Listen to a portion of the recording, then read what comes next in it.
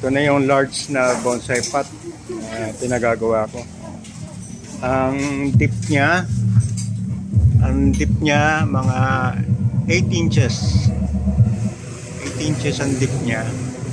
And then ang haba niya ay 120 centimeter. 120 centimeter. And then ang width niya, ang lapad niya 66 centimeter. Okay. Titingnan natin kung kailan mayari ito dahil mayroon na ako itatanim dito ng 21 jewels.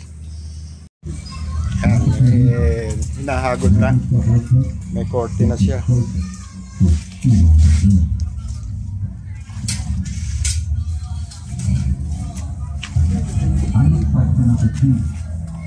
A better life, or even a crime. So I should never fall flat.